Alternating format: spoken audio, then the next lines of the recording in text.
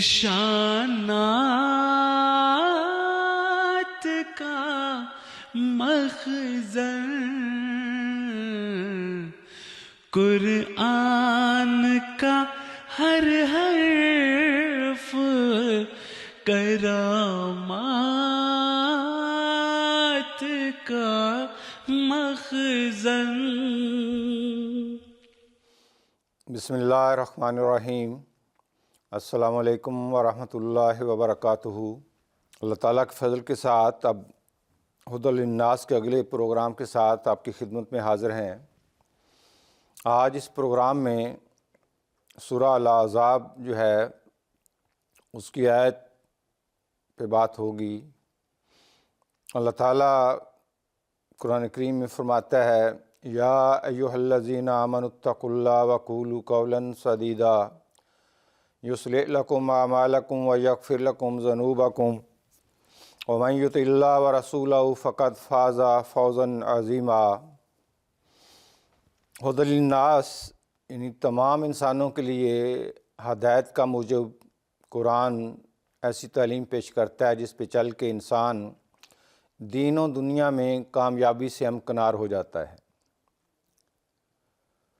اور اس کامیابی کے لیے بنیادی ایک تعلیم اس آیت میں اللہ تعالیٰ نے دی ہے کہ اے ایمان والو اتقوا اللہ، اللہ کا تقوی اختیار کرو۔ اب حضرت مسیح موعود علیہ السلام کے علم کلام کی روشنی میں تقوی یہ ہوتا ہے کہ اللہ تعالیٰ نے جتنی بھی ہمیں قوتیں عطا کی ہیں، وہ جسمانی ہوں، ظاہری ہوں یا باطنی، ان کو اس طرح استعمال کرنا جس طرح اللہ تعالیٰ نے استعمال کرنے کی تعلیم دی ہے۔ آج کا جو یہ پروگرام ہے اس میں زبان کا استعمال ہے، ہم جو کچھ بولتے ہیں اس بارے میں اللہ فرماتا ہے کہ اللہ کا تقوی اختیار کرو وقولوا قولا سدیدا، اور اگر تقوی کی راہ پہ چل پڑے ہو تو پھر جب بھی بات کرو صاف اور سیدھی بات کرو، کوئی کسی طرح کا پیچ نہ ہو اس میں۔ اب لازمی ہے کہ انسان اگر روزمرہ زندگی میں دیکھا جائے تو وہیں وہ جھوٹ کی طرف مائل ہوتا ہے جہاں اسے یہ خطرہ ہوتا ہے کہ اگر میں نے سچ بولا تو مجھے نقصان ہو جائے گا، مجھے کوئی نہ کوئی تکلیف پہنچے گی، اور وہ نقصان ہونا یا پہنچنا اس کی بنیادی وجہ یہ ہوتی ہے کہ اعمال میں کوئی کمی یا زیادتی ہو جاتی ہے، جو ہم نے کرنا ہوتا ہے وہ نہیں کر پاتے، یا کرتے ہیں تو ٹھیک نہیں کر پاتے، پھر اس اپنی کمزوری کو چھپانے کے لیے جو تقوی سے عاری ہوتے ہیں وہ جھوٹ کا سہارا لیتے ہیں۔ اب عجیب خدا تعالیٰ کی یہ کتاب ہے کہ فرمایا قولوا قولا سدیدا، دیکھو جو کچھ بھی ہوا ہے بات صاف اور سیدھی کر دو۔ آگے عجیب اللہ مضمون بیان فرماتا ہے یصلح لکم اعمالکم، دیکھو تمہارے اعمال میں کوئی مسئلہ تھا نا جس کی وجہ سے اب تم قول سدید سے پیچھے ہٹ رہے ہو، میری بات مان جاؤ، بات صاف سیدھی کر دو، قول سدید سے کام لے لو۔ فرمایا یصلح لکم اعمالکم، وہ تمہارے اعمال کی اصلاح کر دے گا۔ کتنا بڑا خدا کا احسان ہے کہ جس وجہ سے وہ خطرات پیدا ہوئے ہیں وہ اعمال کی کمی اللہ کہتا ہے میں دور کر دوں گا، اور صرف یہی نہیں وَيَغْفِرْ لَكُمْ ذُنُوبَكُمْ، پہلے جو بھی تمہارے ذنوب تھے، کمزوریاں تھیں، گناہ تھیں، میری اطاعت کر لو، میری بات مان لو، میں وہ ساری معاف کر دوں گا۔ کتنا محسن خدا ہے، کتنا رحیم خدا ہے۔ آگے فرمایا وَمَن یُطِعِ اللَّهَ وَرَسُولَهُ، جو بھی اللہ اور اس کے رسول کی اطاعت کرے فقد فاز فوزا عظیما، اس نے تو بہت بڑی کامیابی، فوز عظیم سے وہ جو ہے سرشار ہو گیا، سب سے بڑی کامیابی اس نے حاصل کر لی۔ تو اصل کامیابی اللہ اور اللہ کے رسول کی اطاعت میں ہی ہوتی ہے، اور اللہ تعالیٰ اس بارے میں جو ہمیں اس تعلیم کو عملی جامہ پہنانے کے لیے جو وجود عطا کیا، یعنی حضرت محمد مصطفیٰ صلی اللہ علیہ وسلم کا وجود، جسے مجسم قرآن بھی کہتے ہیں، کیونکہ جو کچھ قرآن میں تعلیم تھی اس کو عملی جامہ آپ ہی پہنانے والے تھے۔ آپ نے بھی اس بارے میں مختلف زاویوں سے روشنی ڈالی کہ انسان کو سچ جو ہے وہ بولنا چاہیے اور جھوٹ سے ہر صورت میں بچنا چاہیے۔ چند ایک ارشادات آپ کے سامنے رکھوں گا۔ عن عقبہ بن عامر قال قلت یا رسول اللہ من نجات، حضرت عقبہ بن عامر رضی اللہ تعالیٰ عنہ نے عرض کیا کہ اے اللہ کے رسول صلی اللہ علیہ وسلم، نجات کیا ہے؟ قال امسک علیک لسانک، نجات یہ ہے کہ تو اپنی زبان پہ قابو رکھ، اس کو کنٹرول میں رکھ۔ وَلْيَسْعَكَ بَيْتُكَ، اور جو تجھے اللہ تعالیٰ نے عطا کیا ہے اس پہ راضی رہ، اسے اپنے لیے جو ہے کافی سمجھنی، توکل کی صفت، غنا کی صفت پیدا کر۔ وَابْكِ عَلَىٰ خَطِیئَتِکَ، اور اپنی جو غلطیاں ہو جائیں پھر خدا کے حضور ان کی معافی کے لیے آہوزاری کیا کر۔ تو نجات میں بھی پہلا جو کام ہے وہ آن حضرت صلی اللہ علیہ وسلم نے زبان پہ کنٹرول کا ہی بتایا۔ اسی طرح حضرت ابن مسعود رضی اللہ تعالیٰ عنہ سے روایت ہے کہ آن حضرت صلی اللہ علیہ وسلم نے فرمایا، سچائی نیکی کی طرف لے جاتی ہے اور نیکی جنت کی طرف، اور جو انسان ہمیشہ سچ بولے اللہ تعالیٰ کے نزدیک وہ صدیق لکھا جاتا ہے۔ اب صدیق کی تفسیر میں حضرت مسلم موعود رضی اللہ تعالیٰ عنہ نے تفسیر کبیر میں یہ روشنی ڈالی کہ صدیق اس وجود کو کہتے ہیں جس کے متعلق گمان ہی نہیں انسان کر سکتا، خیال کرنا ہی مشکل ہے کہ وہ کبھی بھی غلط بیانی کرے، تو خدا کے حضور پھر وہ صدیق لکھا جاتا ہے۔ اور آگے روایت میں اور جھوٹ گناہ اور فسق و فجور کی طرف لے جاتا ہے، اور فسق و فجور جہنم کی طرف، اور جو آدمی ہمیشہ جھوٹ بولے وہ اللہ تعالیٰ کے ہاں کذاب لکھا جاتا ہے۔ پھر عبداللہ بن عمر رضی اللہ تعالیٰ عنہ سے ایک روایت ہے کہ ایک شخص نبی کریم صلی اللہ علیہ وسلم کی خدمت میں حاضر ہوا اور عرض کیا، یا رسول اللہ صلی اللہ علیہ وسلم، جنت میں لے جانے والا عمل کیا ہے؟ آپ صلی اللہ علیہ وسلم نے فرمایا، سچ بولنا۔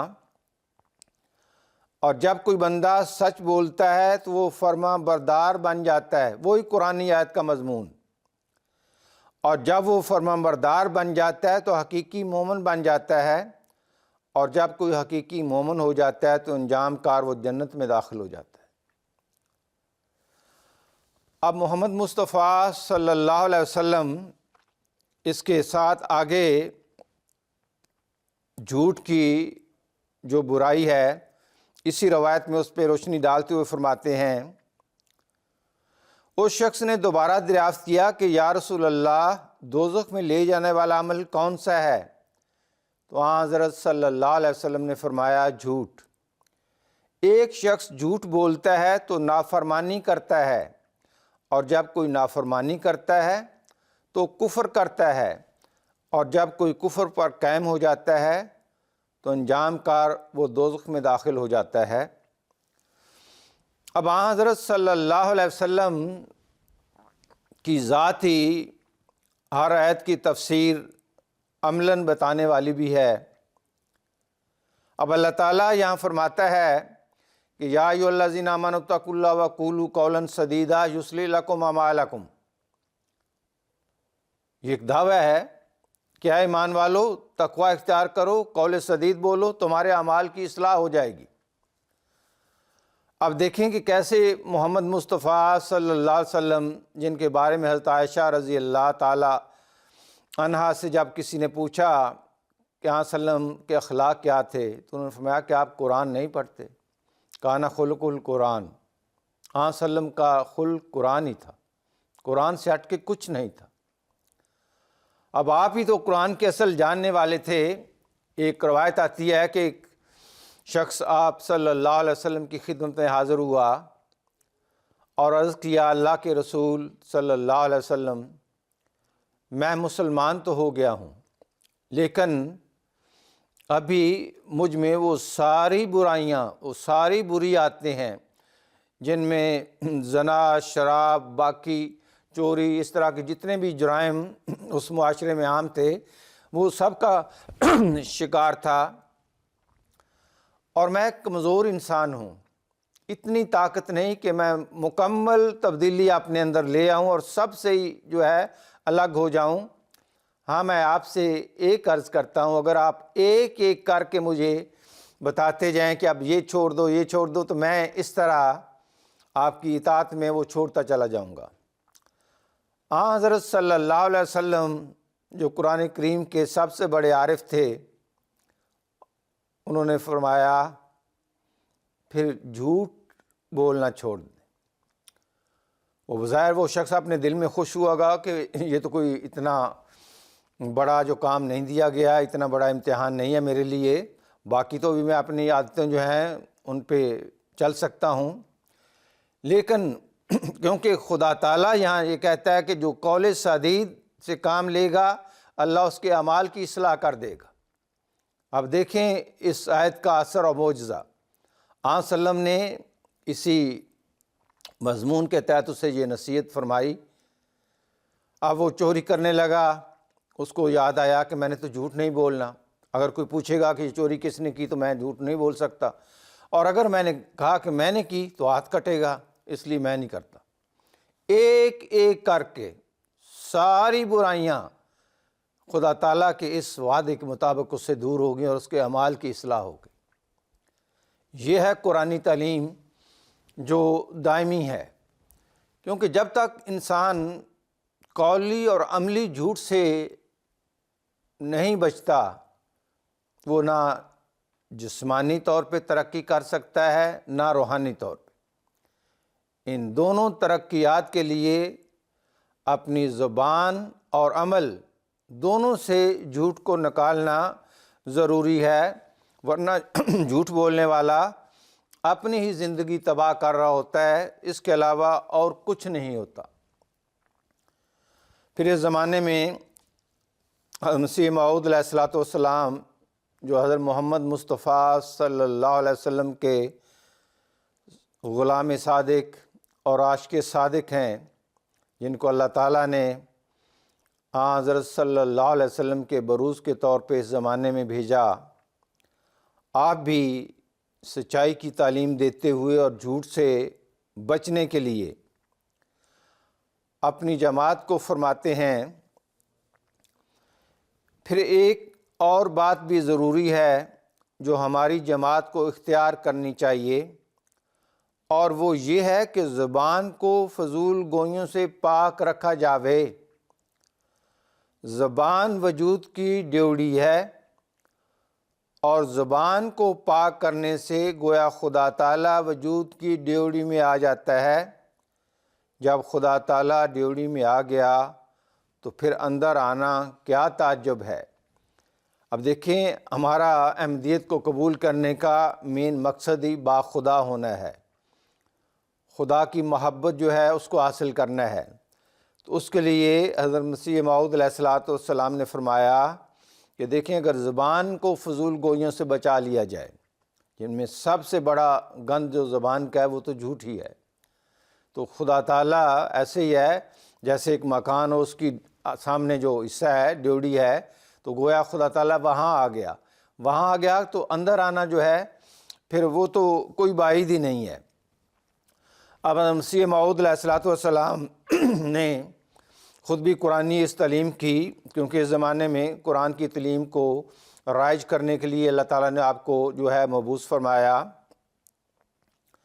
خود اپنی عملی زندگی سے اس کی مثال دی کہ سچ بولنے سے اللہ تعالیٰ کا جو وعد ہے کہ وہ اعمال کی درستی کر دیتا ہے اور اس کے بد نتائج سے بھی بچا لیتا ہے، اس پہ اپنا ایک واقعہ تحریر فرمایا مجھے یاد ہے کہ میں نے ایک مرتبہ امرتسر میں ایک مضمون بھیجا، اس کے ساتھ یہ ایک خط بھی تھا۔ رلیہ رام کے وکیل ہند اخبار کے متعلق تھا۔ میرا اس خط کے خلاف قانون ڈاخانہ قرار دے کر مقدمہ بنایا گیا۔ وکلاء نے بھی کہا کہ اس میں بجز اس کے جو ہے وہ نہیں انسان جو ہے رہائی پا سکتا کہ اس خط سے انکار کر دیا جاوے، گویا جھوٹ کے سوا بچنے کا کوئی وسیلہ نہیں ہے۔ اس پر حضور فرماتے ہیں مگر میں نے اس کو ہرگز پسند نہ کیا، بلکہ یہ کہا کہ اگر سچ بولنے سے سزا ہوتی ہے تو ہونے دو، جھوٹ نہیں بولوں گا۔ آخر وہ مقدمہ عدالت میں پیش ہوا، ڈاکخانوں کا افسر بحیثیت مدعی حاضر ہوا۔ مجھ سے جس وقت اس کے متعلق پوچھا گیا تو میں نے صاف طور پر کہا کہ یہ میرا خط ہے، مگر میں نے اس کو جزو مضمون سمجھ کر اس میں رکھا ہے۔ مجسٹریٹ کی سمجھ میں یہ بات آ گئی اور اللہ تعالیٰ نے اس کو بصیرت دی۔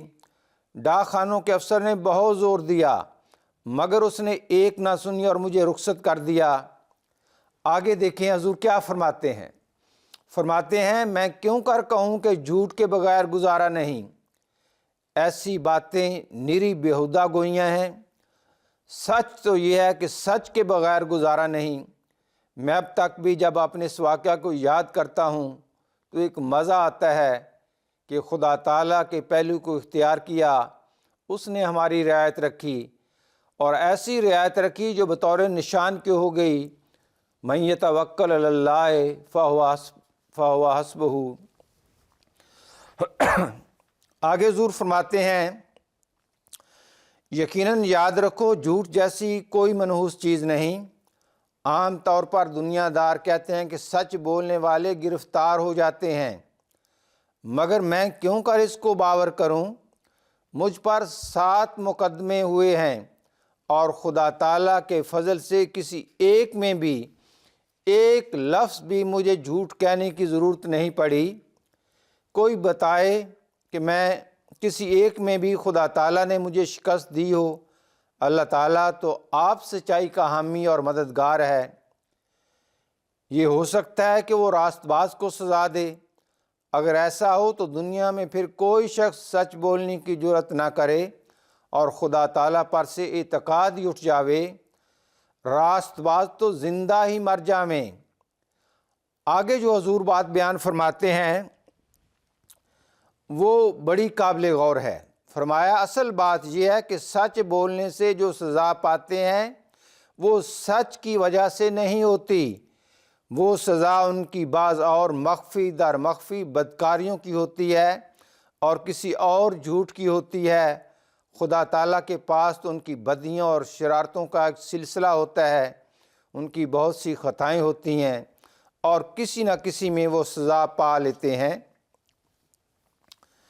آگے حضور نے ایک واقعہ بیان فرمایا کہ میرے ایک استاد گل علی شاہ بٹالے کے رہنے والے تھے، وہ شیر سنگھ کے بیٹے پرتاپ سنگھ کو بھی پڑھایا کرتے تھے۔ انہوں نے بیان کیا کہ ایک مرتبہ شیر سنگھ نے اپنے باورچی کو محض نمک مرچ کی زیادتی پر بہت مارا، تو چونکہ وہ بڑے سادہ مزاج تھے انہوں نے کہا کہ آپ نے بڑا ظلم کیا۔ اس پر شیر سنگھ نے کہا مولوی جی کو خبر نہیں، اس نے میرا 100 بکرا کھایا ہے۔ اسی طرح پر انسان کی بدکاریوں کا ایک ذخیرہ ہوتا ہے اور کسی ایسے ایک موقع پر پکڑا جا کر سزا پاتا ہے۔ جو شخص سچائی اختیار کرے گا کبھی نہیں ہو سکتا کہ ذلیل ہو، اس لیے کہ وہ خدا تعالیٰ کی حفاظت میں ہوتا ہے اور خدا تعالیٰ کی حفاظت جیسا اور کوئی محفوظ قلعہ اور حصار نہیں۔ یہی اصل بات ہے کہ قرآن کریم کی تعلیم تمام جہان کے لیے اور ہر زمانے کے لیے، ہر قوم کے لیے، کسی کی انفرادی زندگی ہو، فردی زندگی ہو یا قومی ہو، اس میں نجات اور کامیابی کا ذریعہ یہ ہے کہ قولاً اور فعلاً صدق پر قائم ہو جانا۔ اسی پر قائم ہونے کے لیے اللہ تعالیٰ نے خلافت کا سلسلہ قائم کیا، جو مسلسل ہمیں قرآنی تعلیمات کی طرف توجہ دلاتے ہیں۔ تو ہمیں یہی کرنا چاہیے کہ اس آواز کو غور سے سنیں اور پھر اس پہ عمل کریں، جس کے نتیجے میں ہم دیکھیں گے کہ کیسے خدا تعالیٰ کا قرب ہمیں نصیب ہوتا ہے اور ہم خدا کی محبت کے جیتنے والے بن جاتے ہیں۔ تو اللہ تعالیٰ ہمیں اس کی توفیق عطا کرے کہ ہم خدا کے حضور قولاً اور عملاً صادق ٹھہر جائیں اور اللہ ہم سے ہر لحاظ سے راضی ہو۔ آمین ثم آمین، وآخر دعوانا ان الحمد للہ رب العالمین۔ آیات کے پردے میں نشانات کا مخزن، قرآن کا ہر حرف کرامات کا مخزن۔